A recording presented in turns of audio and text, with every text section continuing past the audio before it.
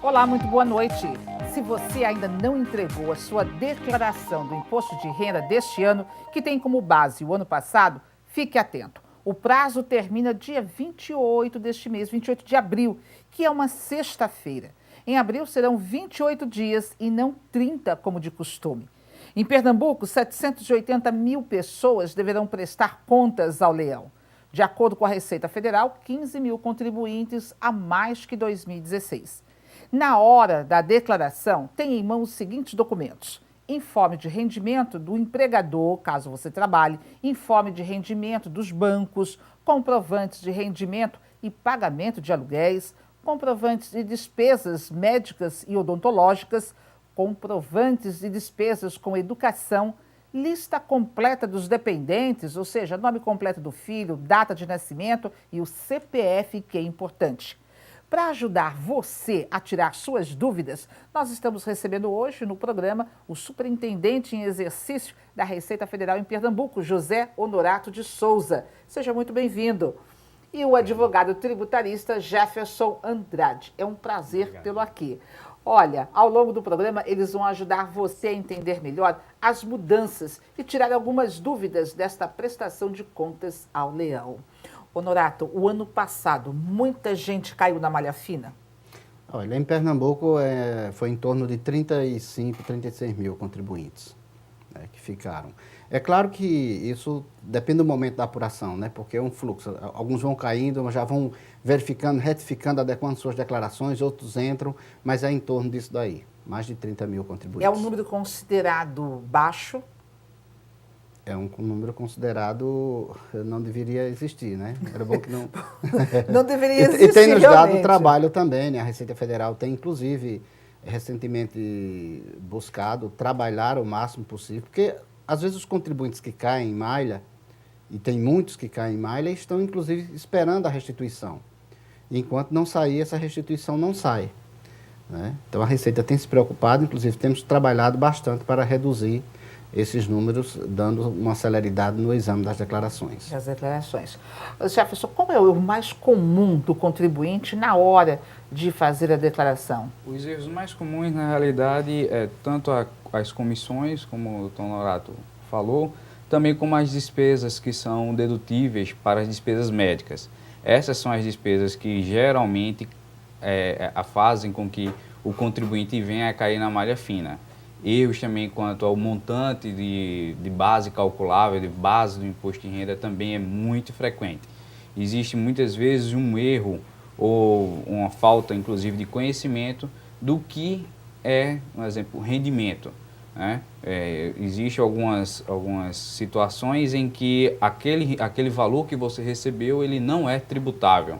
Por exemplo, uma ação de danos morais. Desde 2010, salvo engano, a Receita Federal já diz que aquele valor ele não é tributável, mas dependendo do seu valor, por exemplo, um valor acima de 40 mil, ele deve fazer a declaração, mas mesmo assim aquele valor não será tributável. Bom, por exemplo, a pessoa recebeu uma herança em espécie, em dinheiro. Ela tem que declarar isso no imposto de renda? Acima de 40 mil reais, ela deve declarar, mas esse valor ele não será tributável.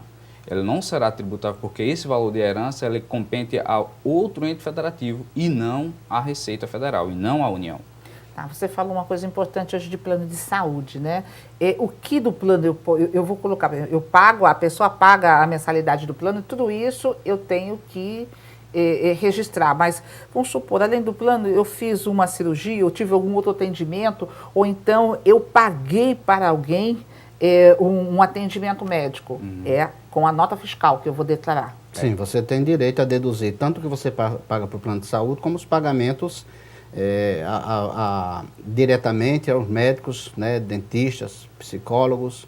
Agora, a observação importante que se faz é que seja tratamento da pessoa que está declarando ou dos seus dependentes.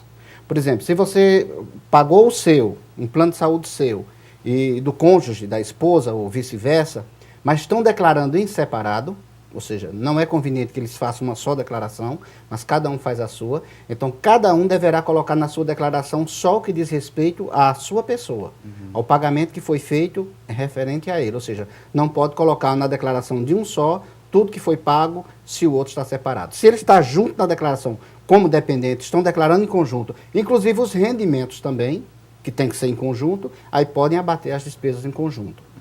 Mas, por exemplo, se o casal tem bens, né, o apartamento, a casa onde mora, carros, enfim, ou um patrimônio, quem declara o quê? Hoje, basicamente, existem 3 possibilidades, certo? A primeira é de um dos cônjuges fazer a declaração, como o doutor Norato colocou, total de todos os rendimentos. A segunda hipótese é colocar cada um, fazer a sua declaração e dividir em percentual de 50% o rendimento dos bens comuns.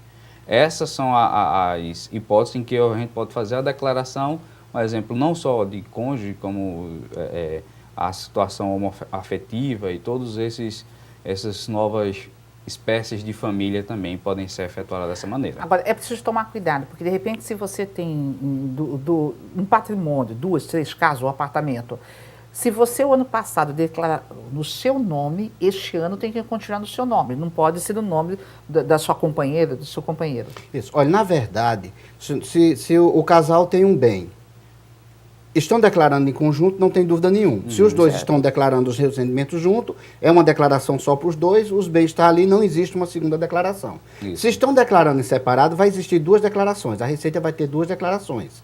Aí a pergunta é, na de quem vai os bens? Os bens vai nas duas? Não. Os bens comuns vai na declaração de apenas um dos cônjuges. Pode ser de um ou do outro. Eles escolhem. decidem. Eles decidem. Só que na declaração do outro informa que os bens estão na declaração de quem declarou. Agora, digamos que no ano passado, o tal bem esteve na declaração do meu marido. E este ano, eu falei assim, não, este ano quem vai declarar sou eu. É bom que não faça essa... Permaneça com a pessoa. Permaneça, tá certo? Só no momento de uma separação, cada um vai levar os seus e aí vai passar a declarar, ele vai dar baixa na dele, tá certo? Mas também se houver essa mudança aí, desde que coloque, porque aí se mudou, na declaração do que o outro declarar, ele vai ter que dizer, vai ter que justificar. Exatamente. Né? Vai dizer que os bens desse ano estão na declaração do outro. Agora, eu aconselharia que não fizesse isso. Não sei qual a razão que Pra levaria mudar. a isso, a não ser que isso pode acontecer no caso de que aquele que declarou os bens, este ano não esteja obrigado. Digamos que ele não esteja obrigado. Não incide em nenhuma das regras de obrigatoriedade. E o outro tem que declarar. Então, o outro que fosse declarado, declararia os bens. Então, acho que... Os bens comuns também tem que prestar atenção que ele não pode ficar divididos. Ele tem que ficar ou na declaração de um, ou como o doutor Norato colocou, todas elas em conjunto, a declaração em conjunta. Quando é feita a declaração em conjunta, por exemplo, o marido fez a declaração em seu nome, a esposa, ela fica dispensada de fazer a declaração de ajuste anual. Outra coisa bem importante que eu gostaria de frisar aqui é com relação ao valor dos bens, que é uma pergunta que há muito. E esses bens, o meu bem eu comprei o meu imóvel eu comprei por 200 mil, hoje está valendo 1 milhão. Eu boto quanto na Receita Federal? Na declaração para fins de comprovação junto à Receita Federal. Bota o valor de aquisição. O bem é sempre o valor de aquisição. Não importa o valor de mercado dele. Ele pode ter triplicado, quadriplicado, é o valor que você comprou, que você pagou. Que você pagou, que você coloca na sua declaração de bens. Não faça a reavaliação desse bem. No momento que você alienar, aí sim você vai prestar contas para a Receita Federal. Exato. E ainda assim mesmo vai depender. E se for a residência, sua Aonde residência, exatamente onde você mora, se você fizer, vendo um exemplo, como você colocou, um valor que quadruplicou de preço, e eu fizer a venda desse imóvel e comprar um outro imóvel em um intervalo de 180 dias, aquela tributação, que seria uma tributação sobre o capital, ela se torna isenta. Então, nesse caso, por exemplo, é um caso em que essa operação não será tributada. Isso é bom. Agora é o seguinte, falando em separação. Aí o casal se separou, tem filhos. Na divisão, um deles está com a responsabilidade de pagar o plano de saúde ou então a questão da educação dos filhos.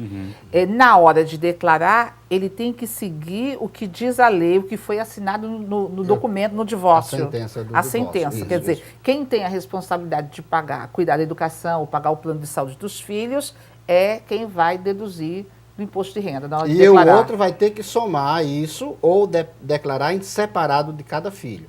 Existem duas formas, tá certo? No momento que houve a separação, então aquele que vai pagar, ele tem direito a deduzir o que está na sentença. Se ele der algo a mais, não tem direito a deduzir, é uma mera liberalidade dele. Né? Às vezes acontece isso. A sentença está tanto, mas esse mês eu vou ajudar mais nisso, aquilo, outro. Essa aí ele não pode deduzir. Agora, para quem recebe, se colocar esses filhos como dependente, a mãe, digamos que a mãe ficou com os filhos, se colocar como dependente, terá que somar o que ela está recebendo dos filhos. Tá certo?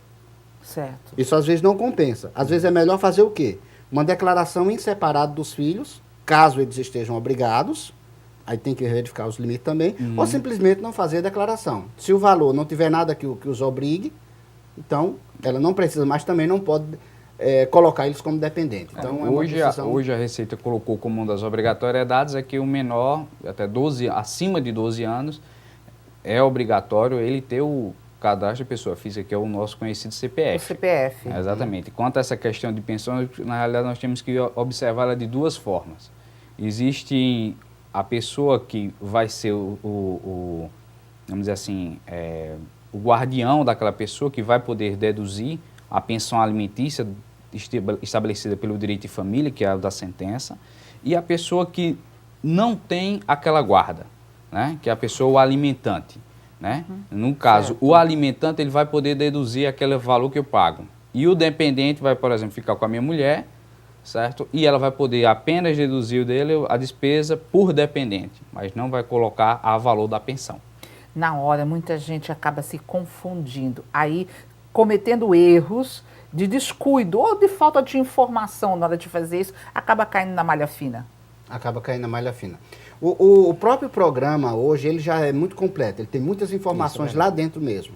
Você teclando, buscando o help, o ajuda lá do programa, inclusive em cada ponto que você está fazendo a declaração, ele já traz as informações, então esclarece muita coisa já. Tá certo? A Receita também edita perguntas e respostas, que há um tempo eu estava com quase 800, 700 e poucas perguntas e respostas também sobre cada assunto, que é muito bom também para verificar.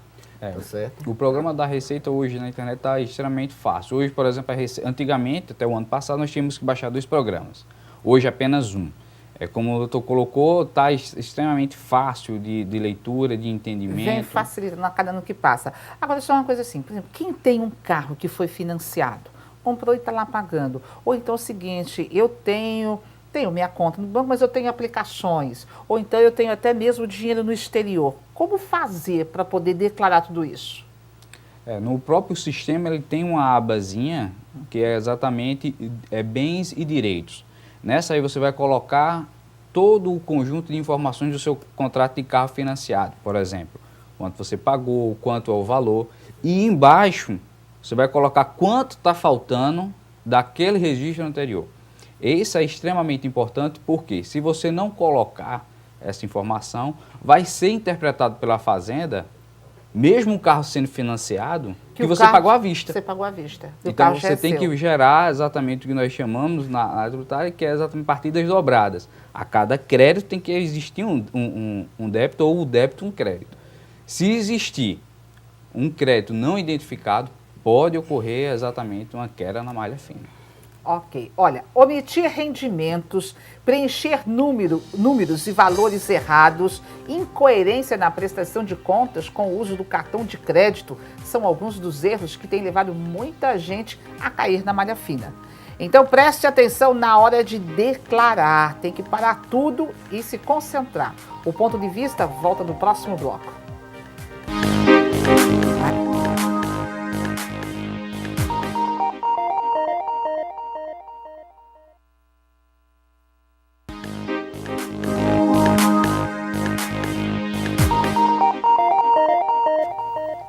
Imposto de Renda 2017, esse é o tema do ponto de vista deste sábado. José Honorato de Souza, superintendente em exercício da Receita Federal, e Jefferson Andrade, advogado tributarista, são os nossos convidados e estão esclarecendo algumas dúvidas do tão temido leão. Olha, a gente tinha falado no primeiro bloco sobre a questão do financiamento da compra de carros, mas é aí quem tem contas, né, ou no exterior, ou que tem aplicações e investimentos, todo esse dinheiro ele tem que ser declarado. Sim, todo o patrimônio deve ser declarado, inclusive as contas, tanto no país como no exterior.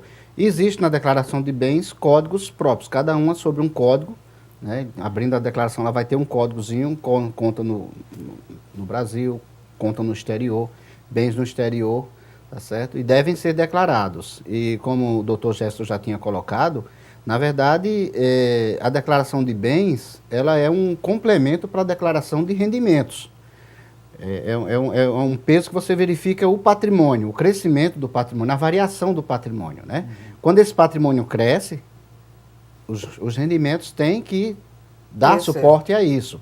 Você não pode aumentar o patrimônio, vamos dizer, em 500 mil e declarar que ganhou 100 mil. A Receita vai perguntar, e os 400? Então, vai se presumir que esses 400 deixaram de ser declarados. Quer dizer, se você tem, por exemplo, um patrimônio, um bem que está alugado e está rendendo. O ano passado era alugado por 2, esse ano está alugado por 3. Esse rendimento, ele é tributável, sim, ele é tributável e ele deve ser declarado. O doutor Norato colocou, exatamente, nós temos que, contribuintes, temos que informar toda essa evolução patrimonial. E veja só, uma pessoa que teve um aluguel de um imóvel a R$2.000, o ano passado e hoje passou a 3, ele teve um acréscimo patrimonial, pelo menos no ano, de R$12.000. E isso vai gerar uma variação quanto à base de cálculo do imposto de renda dessa pessoa. E até porque também é o seguinte, se ele tem que declarar, porque tem também o inquilino, né? Exatamente. Porque o inquilino também está declarando que ele tem um gasto com o imóvel, com o aluguel. Exatamente. E aí essas contas, elas são cruzadas no final? São cruzadas, podem ser cruzadas. Pode sim. Pode ser, não são ainda. Não, são cruzadas, claro, elas estão lá disponíveis. Estando disponíveis, a Receita faz porque são muitas hipóteses, né? Cada dia a Receita está mexendo com esses dados, né? E no momento que ela mexe com esses dados, encontra as relações e vai atrás dessas diferenças, dessas incompatibilidades entre o que um declara e o outro declara. É como já faz com relação às despesas médicas. Exatamente. Né? Às vezes a Receita pega muitos profissionais da área médica, ou mesmo arquitetos e outros profissionais, porque as pessoas declararam que pagaram para ela. Né? E a Receita cruza e vê que eles não declararam que receberam. E aí cai na malha fina. Exatamente. Hoje a Receita Federal, hoje não, na realidade há um tempo, todas essas prestações de serviços que você faz com profissionais autônomos, como advogados, contadores, arquitetos, você tem que informar onde você pagou, a quem você pagou. Ou seja, aí o profissional liberal, é todo aquele que emite uma nota fiscal. Exatamente. Tem que tomar cuidado. Olha, até quando uma pessoa ela pode ser considerada dependente de outra para estar na Receita? O limite inicial da Receita Federal é de 21 anos para filhos e até os 24, caso ele esteja em ensino superior, ensino universitário. Mas existem outra classificação de dependentes que não é necessário ter esse limite de idade, que são, por exemplo, os filhos em que tem alguma incapacidade mental, ou então o irmão também que tem alguma incapacidade. Mas o limite, então, assim, geral é de 21 anos. E os dependentes pode ser o cônjuge, pode ser dependente, os filhos, os pais também podem ser dependentes dos filhos, só que aí tem um limite de pessoas. Para os pais tem. Para os pais, avós, existe limite. Tá certo? Existe um limite, hoje é em torno de R$2.000 por mês. Acima disso, ganhando acima disso, não pode. Então, além desse limite de financeiro de rendimentos, existe um limite de pessoas que você pode colocar como dependente? Não, com relação à quantidade de pessoas, não. Desde que atenda... esse cara tem 40 filhos, resolveu adotar e tem aí 40 filhos, pode colocar os 40. Essa questão é importante. O dependente é aquele dependente que você tem a guarda judicial reconhecida, né? Ou de direito assim, natural, né? Ou então guarda judicial reconhecida. Se por acaso a minha mulher eu não tiver uma guarda compartilhada, não tiver a guarda do meu filho, eu não posso colocar ele como meu dependente. Isso é extremamente importante também. Bem frisado, porque existe muito caso de avós, principalmente, que acabam ficando com os netos, né? Os filhos, às vezes, têm um filho e é o neto, o avô acaba tomando conta e dá de tudo, mas para ele poder deduzir, considerar o neto, que também pode ser dependente, para considerar o neto como dependente, ele tem que ter a guarda judicial. Porque a Receita chama, se não tiver, não tem. E tem que comprovar também, inclusive, que ele aqui cria e educa. Né, mesmo que de repente ele assim, mas eu pago o plano de saúde dele, eu pago a escola dele. Se não tiver a guarda, não pode. E digamos que seja uma pessoa acima de 18 anos, mas sou eu que estou pagando a faculdade. Aí até os 24 anos, como o doutor Jessa colocou. Mas aí eu não preciso de ter essa guarda. Se for filho mesmo, só se for filho ou tiver guarda. For filho, só também a mesma regra. Para ser dependente tem que ser o filho, o enteado, o neto, mas ter a guarda judicial. Isso. Agora é o seguinte, quem é que está isento do imposto de renda, que não tem que se preocupar em fazer declaração nenhuma ao Leão? Eu diria que é quem ganhou menos de R$ 28.559,70 no ano passado, de rendimentos tributáveis. Ou seja, todo aquele que ganha somente, que tem como renda somente o salário mínimo. Não, ou até menos. É um pouco mais, né? É 1.903, salvo engano. Isso, é. Quem está nessa faixa. Então, esse é uma das hipóteses. Mas se ele ganhou pouco, mas já tem um patrimônio superior a R$300 mil, isso pode acontecer. Ou seja, vamos supor, ele tem um salário de R$1.000, tem a família, mas o imóvel onde mora é dele, a casa onde ele mora. Certo. Aquela casa, o terreno, vamos supor que ele veio de herança, ele foi construindo aos poucos, está lá a casa. A casa está avaliada hoje em R$300 mil. Ele não tem que declarar. Não é avaliado. Aí volta aquela regra que eu já falei no primeiro bloco. De quanto ele comprou. De quanto ele comprou. Se ele tiver bens que foram comprados, né, ou a herança que foi, no caso da herança que foi recebida, ele recebe pelo mesmo valor de que foi repassado. Então, se ele receber uma herança de R$500 mil, ele não paga nada, porque a herança não pagou, mas na declaração dele o valor foi R$500 mil, tem que ter na declaração dele. Superou os R$300 mil, então ele está obrigado, independentemente da renda que ele tenha. Caso ele não tenha esse patrimônio que ultrapassa os R$300 mil, não tem aquele rendimento tributável que ultrapassou os R$80 mil, mas retirou os FGTS. O FGTS dele deu mais de R$40 mil, que é um rendimento isento.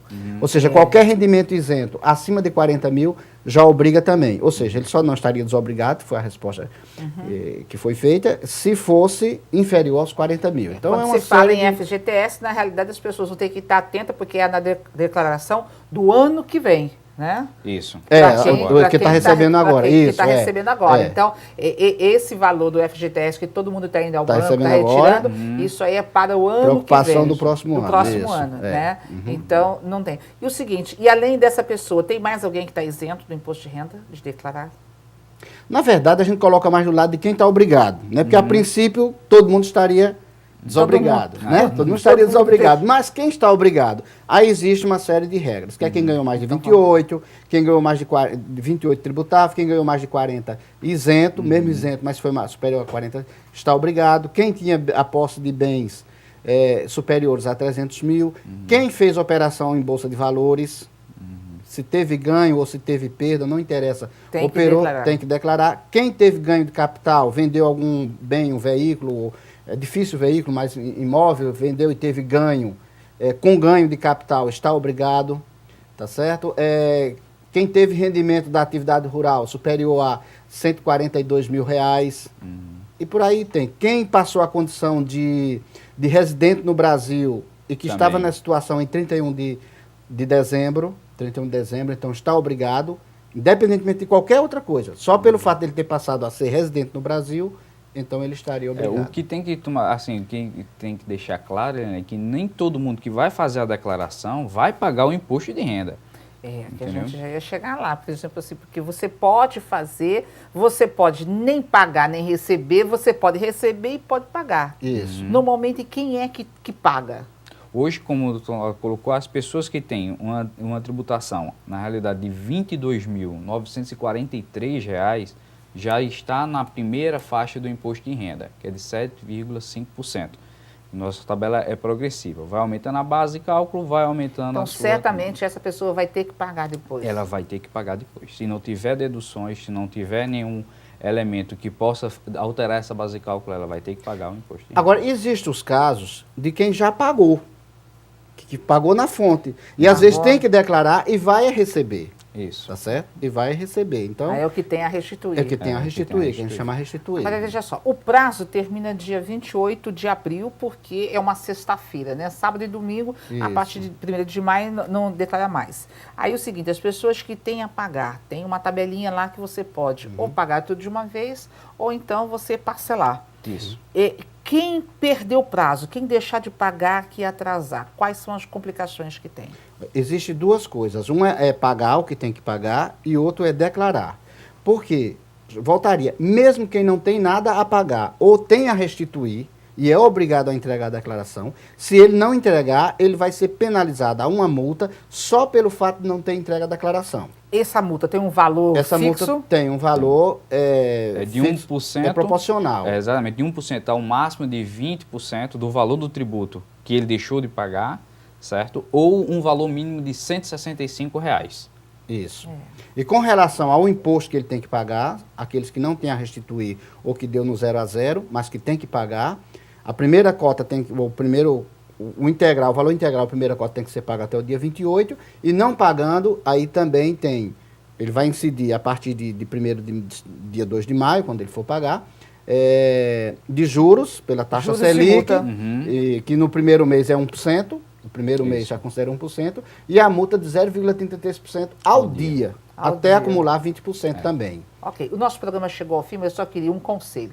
Para quem aí quer tentar driblar a Receita Federal, o leão, e adora ficar colocando fotos no Facebook, nas redes sociais. Tem que tomar cuidado, principalmente quanto a essa questão das redes sociais. O rendimento hoje, ele é basicamente identificado pelo fisco, pelo leão, por meio de acesso a contas bancárias, que hoje é possível, cartão de crédito. Então cuidado, declare, se for para declarar, declare tudo certinho, para que depois não tenha uma dor de cabeça, que pode ser muito bem evitada. Ok.